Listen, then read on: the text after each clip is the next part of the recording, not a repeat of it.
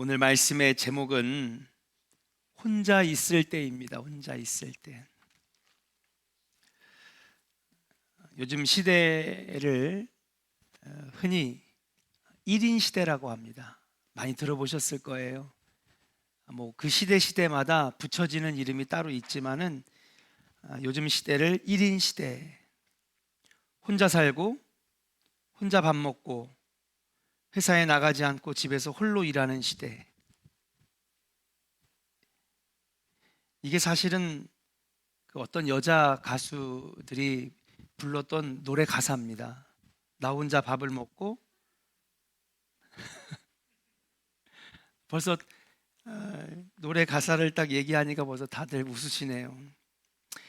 M방송사에서 방영하는 나 혼자 산다라고 하는 프로그램은 현재 4년째 예능 시청률 1위를 달리고 있습니다. 이게 뭐를 말하는 거냐? 1인 시대가 완전히 자리 잡았음을 많은 사람들이 인정하고 공감대가 형성이 되니까 그 프로그램이 인기가 있는 거예요. 전 처음에 이 프로그램이 나왔을 때 뭐 이런 프로그램이 다 있나. 예. 물론 사회자라든지 패널들이 재밌게도 했겠지만은 여러분, 시대가 공감하기 때문에 이 프로그램이 지금까지도 인기 있는 것이 아닐까. 여기에 코로나 사태는 우리에게 더욱 홀로 있는 시간을 많이 갖게 만들었습니다. 거리를 두니까 혼자 있을 수밖에 없는 거죠.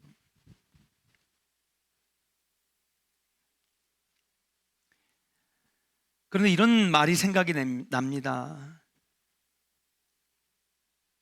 사람이 혼자 있을 때 그 혼자만의 시간을 어떻게 보내느냐에 따라 그 인생의 승패가 좌우된다.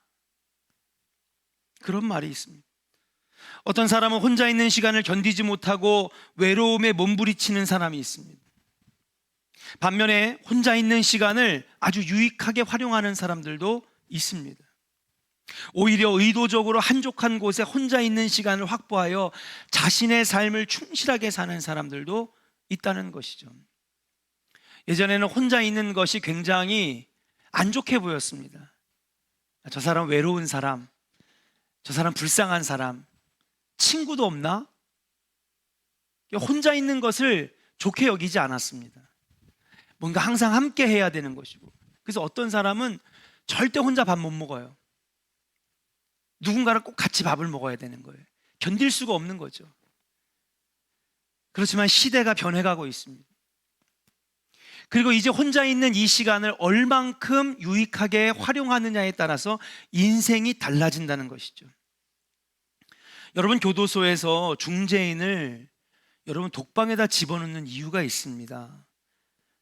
고독이라고 하는 뼈저린 고통을 느끼게 하여 벌을 주는 목적도 있지만 독방에 갖다 집어넣는 것은 뭘까요? 자신을 돌아보는 시간. 홀로 철저히 혼자 있으면서 자신을 돌아보고 반성하라고 독방에 집어넣는 목적도 있다라고 하는 거예요. 또 그동안에 늘 내 옆에는 당연히 있을 것만 같았던 사람들이 없을 때에 그 사람들이 정말 소중하구나. 여러분, 맨날 붙어있는 가족들 함께 살다 보면 지지고 볶고 싸우고, 엄마는 당연히 밥 해주는 거고 아빠는 당연히 돈 벌어다 주는 거고, 당연하게 늘 여기던 것이 혼자 있음으로 인하여서 소중하게 여겨진다라고 하는 그런 좋은 효과들도 있다라고 하는 것이죠. 사랑하는 성도 여러분, 예전보다 훨씬 더 혼자 있는 시간이 많아진 이때에 여러분들은 혼자 있는 시간을 어떻게 보내십니까?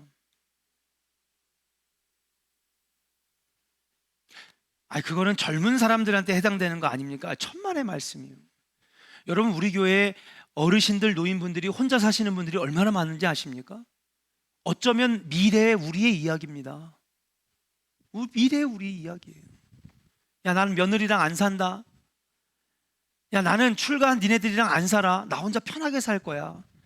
대부분의 어르신들은 그래요. 그리고 5년, 10년이 지나면 그것이 우리의 이야기가 될 수가 있다라고 하는 것이죠. 이렇게 혼자 있는 시간을 많이 보내는 우리들에게 과연 이 시간을 우리는 과연 어떻게 활용할 것이냐. 오늘 본문 말씀에 보면 혼자 시간을 보내는 사람이 한 사람 나옵니다.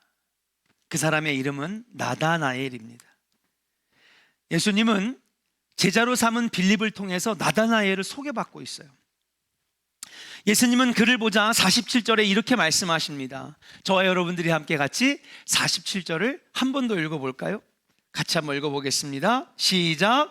예수께서 나다나엘이 자기에게 오는 것을 보시고 그를 가리켜 이르시되 보라, 이는 참으로 이스라엘 사람이라 그 속에 간사한 것이 없도다. 예수님이 나다나엘을 보자마자 야, 너는 마음에 간사함이 없구나. 그러니까 나다나엘이 물어봅니다. 48절에 아니, 당신이 나를 어떻게 아십니까? 그렇게 되묻는 거죠. 그러자 나다나엘의 물음에 예수님이 대답해 주십니다. 내가 너를 만나기 전에 무화과 나무 아래에 있을 때 내가 너를 보았노라. 그렇게 말하고 있어요. 무화과 나무 아래에 혼자 시간을 보내고 있는 나다나엘을 예수님이 보신 거예요. 그런데 혼자 있는 사람을 보고 그 사람이 어떤 사람인지 어떻게 알아요? 여러분, 변영은 집사님하고 저하고 처음 만났어요. 처음 대면입니다. 근데 변영은 집사님이 혼자 계세요. 멀리 멀찌감치해서 봤는데 야, 저분은 마음에 간사함이 없고 저 사람은 검소하고 절약을 잘하고, 이런 거 어떻게 알아요, 여러분? 물론 예수님이시니까 모든 걸 다 아시는 주님이시니까 알 수도 있겠지만 멀리서 무화과 나무 아래에 앉아있는 이 사람을 보고 어떻게 그렇게 평가하냐는 거죠. 여러분, 이건 궁금증을 가질 수밖에 없는 대목입니다. 언제 봤다고 나를? 당신이 나를 언제 봤는데 내가 그런 사람인지 당신이 어떻게 합니까? 지금 그러고 있는 거예요. 여러분, 당시의 유대인들은 두 가지 부류로 나눠집니다. 어떤 부류냐 하면 첫 번째, 경건한 유대인. 따라합시다. 경건한 유대인. 두 번째는요, 세속적인 유대인. 예, 유대인들을 두 부류로 나눕니다. 첫 번째, 경건한 유대인들은요, 여러분, 말 그대로 경건하고 신실하고 그리고 선한 유대인들입니다. 이런 사람들은요, 남들에게 보여주는 신앙생활 안 했어요. 아멘입니까? 이런 사람들이 경건한 거예요. 누가 보든지 안 보든지, 누가 평가하든지 안 평가하든지, 누가 잘했다 칭찬하든지 인정해 주지 않든지 그랑 상관없이 나는 하나님과의 만남이 더 중요하다, 그러면서 경건한 신앙생활하는 유대인들이 있었다는 거죠. 그들의 행동의 특징이 뭐냐? 당시에 예루살렘 또 이스라엘에는 큰 무화과 나무가 있어요. 이 무화과 나무는요, 높이는 5m 이상, 가지는 8m가 뻗으니까 여러분, 그 뜨거운 중동 사막에도, 광야 사막에도 이 나무 한 그루 아래에는요 시원한 거예요. 우리나라는 습하고 온도가 높기 때문에 너무 힘들지만 이런 중동의 나라들은요 고온이지만은 건조하기 때문에 그늘만 들어가면 시원한 거예요. 그럼 여기에 가서 이들이 뭘 했느냐? 뭐 하겠어요, 여러분?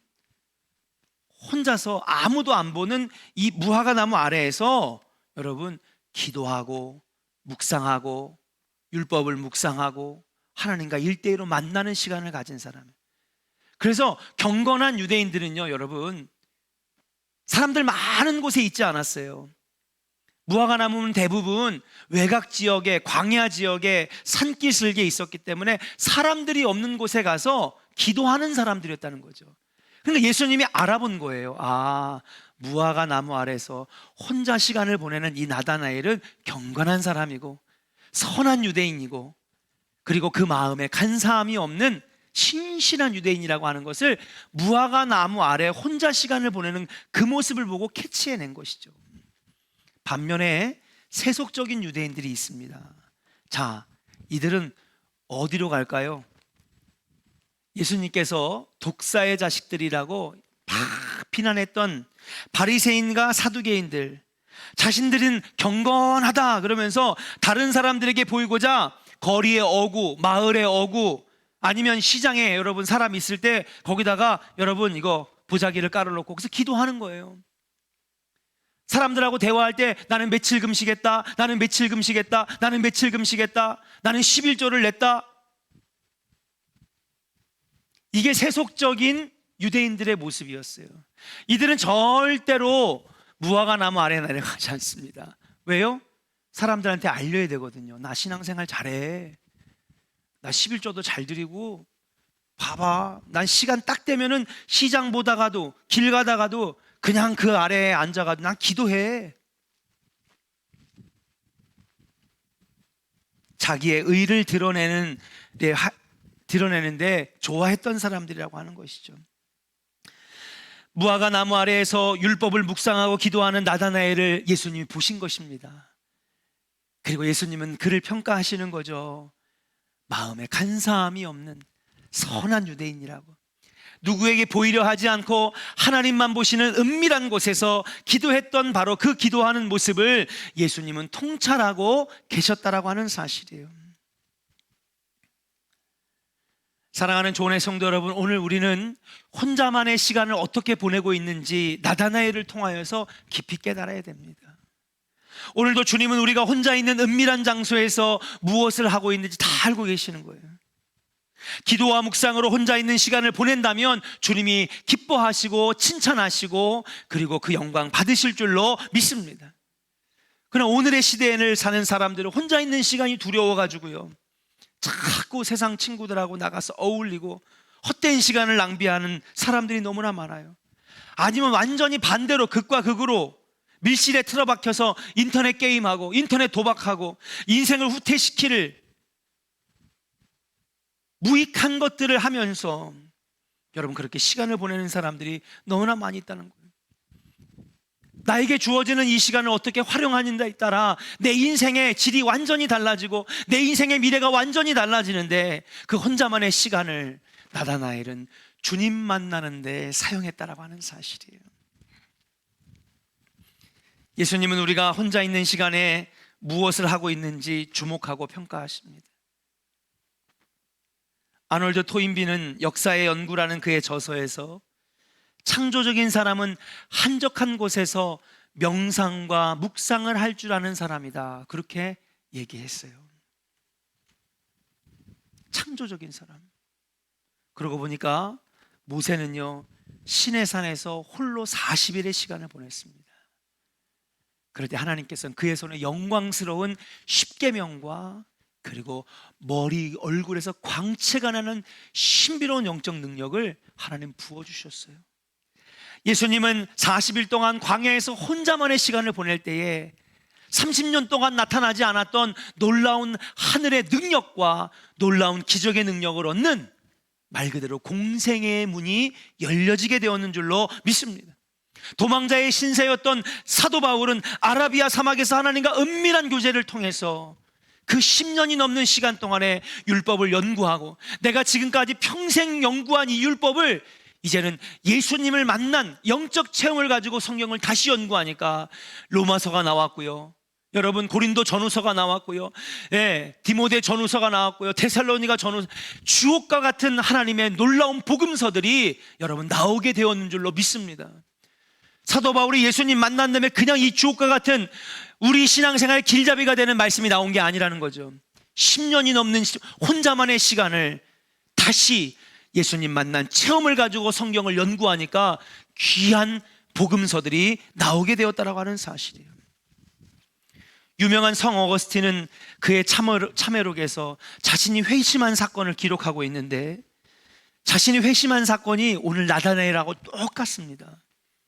어느 날 무화과 나무 아래에서 혼자만의 시간을 보내고 있는데 하나님이 그의 마음을 막 때리시는 거예요. 내가 얼마나 더러운 인생인지, 얼마나 그동안에 타락했는지, 갑자기 내가 지금까지 방탕하게 살았던 죄가 막 생각나서 통곡하면서 울고 있는데 담장 너머에서 어린 소녀의 목소리가 막 들려오는 거예요. 어떤 소리였냐? 막 들어보니까 집어들어라, 그리고 펴서 읽어라, 이런 음성이 들려온 거예요. 다시 귀를 기울였어요. 이게 무슨 소린가? 그랬더니 다시 한번 어린 소녀의 목소리가 나와요. 집어들어라, 펴서 읽어라. 주변을 보니까 어떤 사람이 묵상하다가 내려놓고 간 성경책이 하나 있었는데 그 성경책을 집어들어 펴서 읽어보니까 로마서 13장 3절의 말씀이 나와요. 그 말씀을 읽어내려가는데 하나님의 놀라운 성령의 때림이 그 어거스틴의 마음을 감쌌는 줄로 믿습니다. 로마서 13장 13절이 이렇게 되어 있습니다. 낮에와 같이 단정히 하고 방탕하며 술 취하지 말라. 순간 칠흑 같은 어둠이 거치고 거룩한 기쁨이 어거스틴의 마음을 감싸게 되었다라고 하는 사실이에요. 여러분, 창조적인 사람, 위대한 신앙의 사람은 혼자만의 시간에 놀라운 경험을 한 사람들이라고 하는 사실이에요. 창조적인 사람, 능력의 사람, 성공한 사람들은 혼자만의 시간을 어떻게 보내느냐에 따라서 그의 인생이 완전히 달라지게 되었다라고 하는 사실이에요. 예수님이 나다나엘을 무화과 나무 아래서 보았다고 하신 지 350년이 흘렀습니다.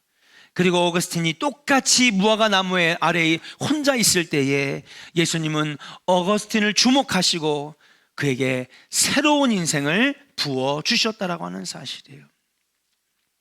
사랑하는 조은의 성도 여러분, 예수님은 지금도 여러분들을 주목하고 계시는 줄로 믿습니다. 그리고 여러분들이 혼자 있을 때에 여러분들을 지켜보고 계시다라고 하는 사실이, 그때 우리가 선택할 수 있어요. 모세의 시내산처럼, 사도 바울의 아라비아에서 10년처럼, 어거스틴의 무화과 나무 아래에서처럼, 나다나엘의 무화과 나무 아래에서처럼 이 시간을 하나님 만나는데, 말씀을 묵상하고 기도하는데 사용한다면 우리의 인생은 180도 달라지게 될 줄로 믿습니다. 사랑하는 성도 여러분, 역사의 위대한 인물들은 모두 혼자 있을 때에 그 시간을 신앙적으로 잘 활용한 사람들이라고 하는 사실입니다.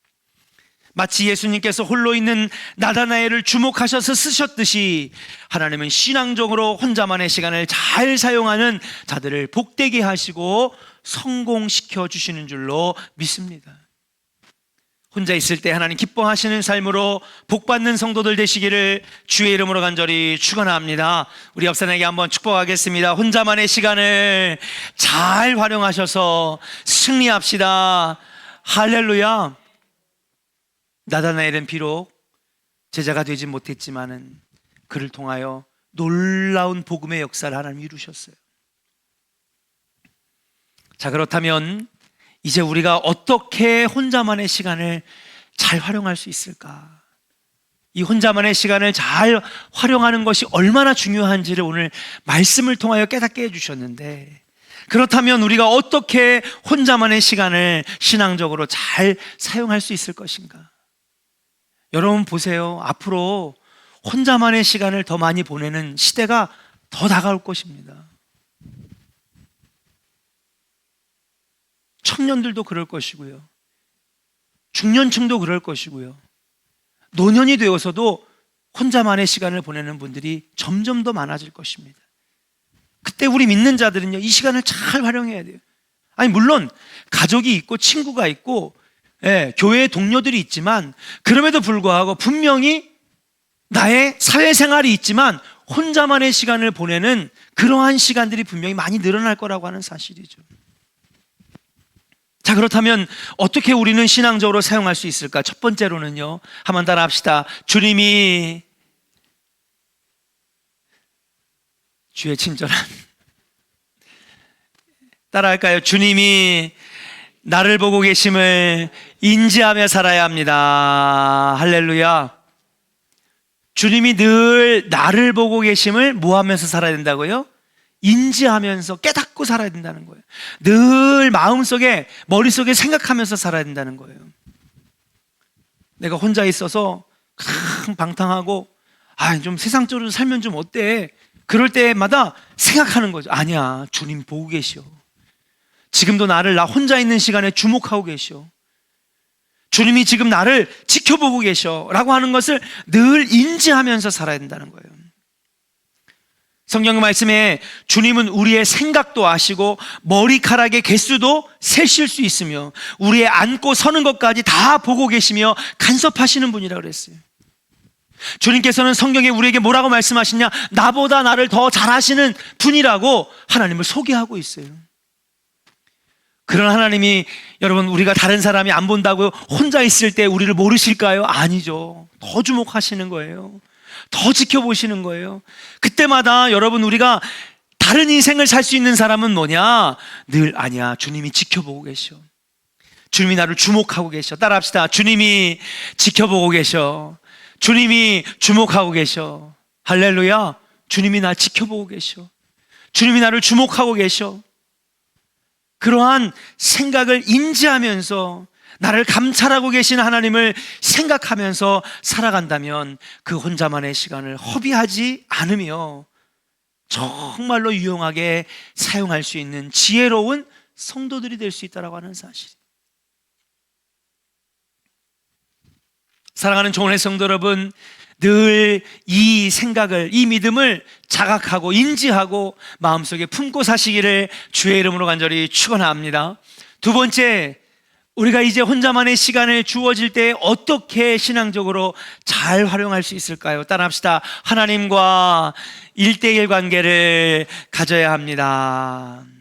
하나님과 1대1의 관계를 잘 가져야 된다는 거예요. 1대1의 관계. 나다나엘이 예수님을 만나기 전까지는요, 그를 불신했습니다.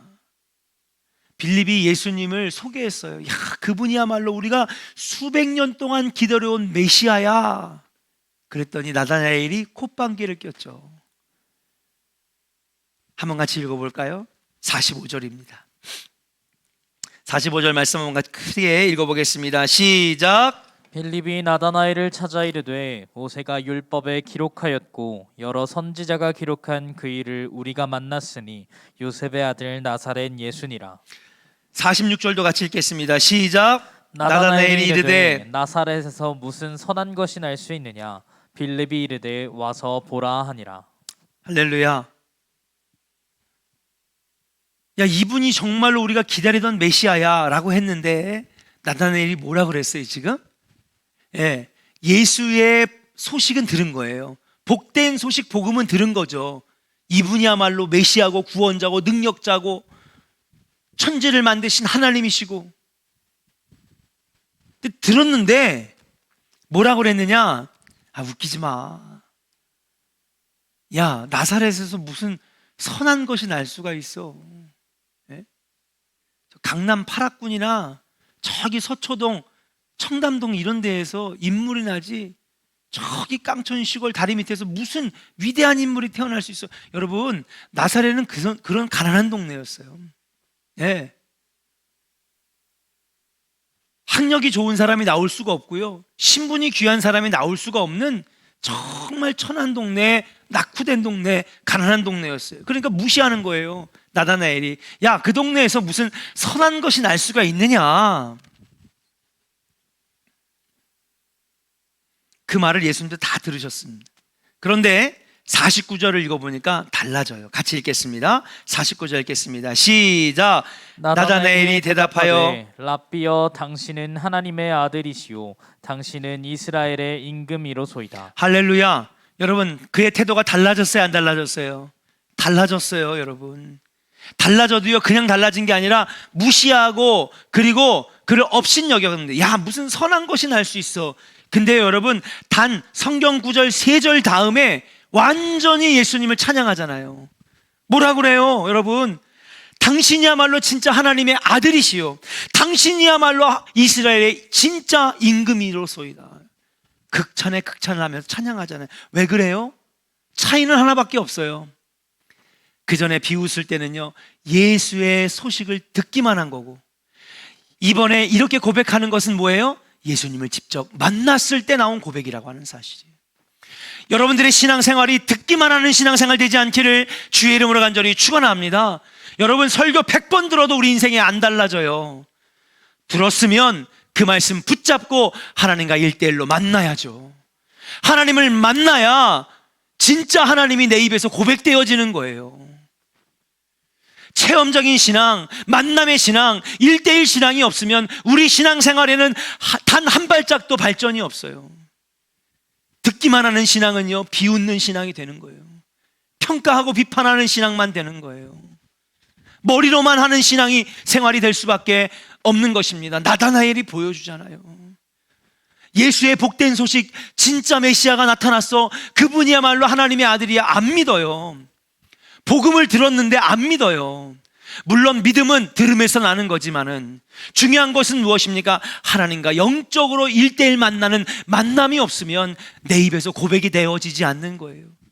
내 인생이 달라지지가 않는 거예요. 내 생각이 변화되지 않는 거예요.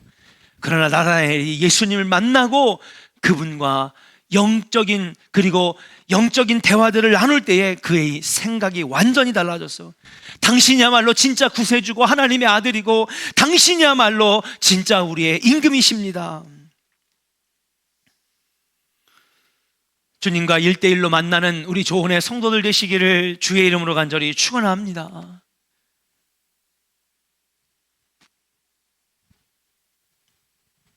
나와 주님만이 아는 은밀한 장소, 은밀한 만남이 있어야 돼요. 하나님 우리를 만나시기를 원하는데, 사랑하는 여러분, 물론 예배 가운데에서도 찬양 가운데에서도 우리가 만날 수 있지만 주님과 은밀히 만날 수 있는 여러분들만의 영적 골방이 필요하다는 거예요. 신앙생활의 성패는 골방을 가지고 있느냐 안 가지고 있느냐에 따라 다른 것입니다. 이 골방은 장소적인 단어가 아닙니다. 네. 목사님 저희 집 방 2개밖에 없는데 또 방을 만들어요?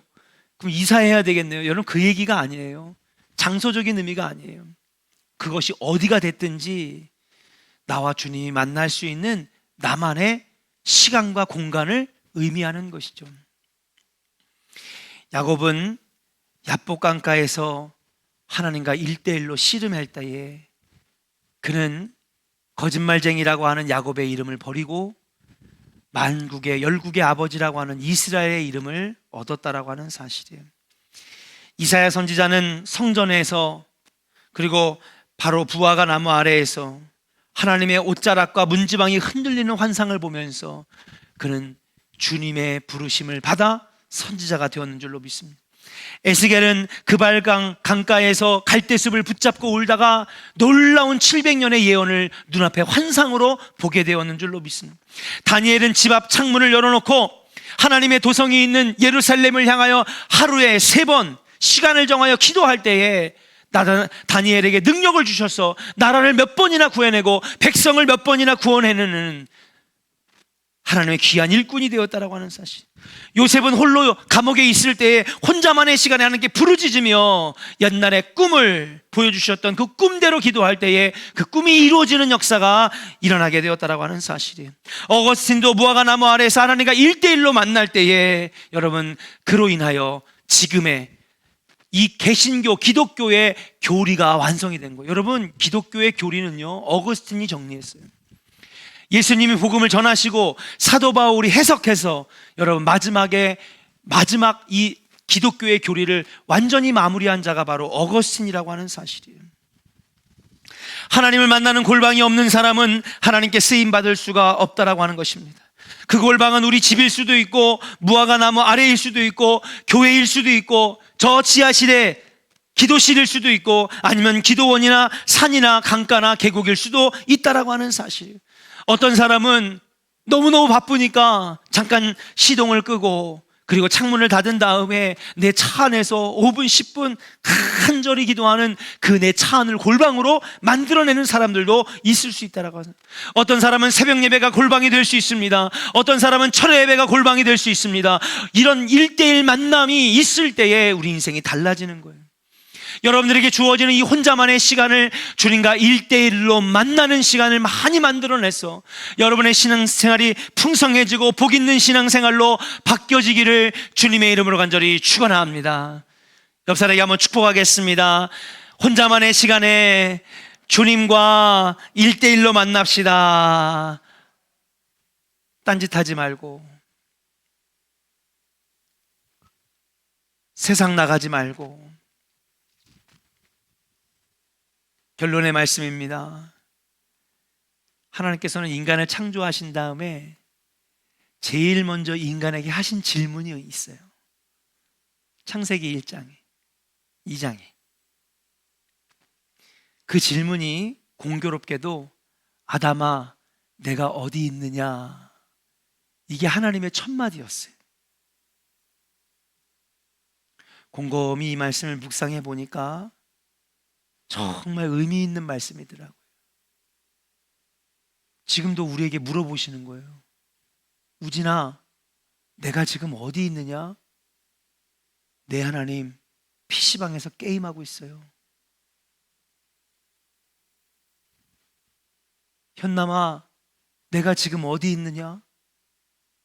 네, 친구들하고 수다 떨고 있어요.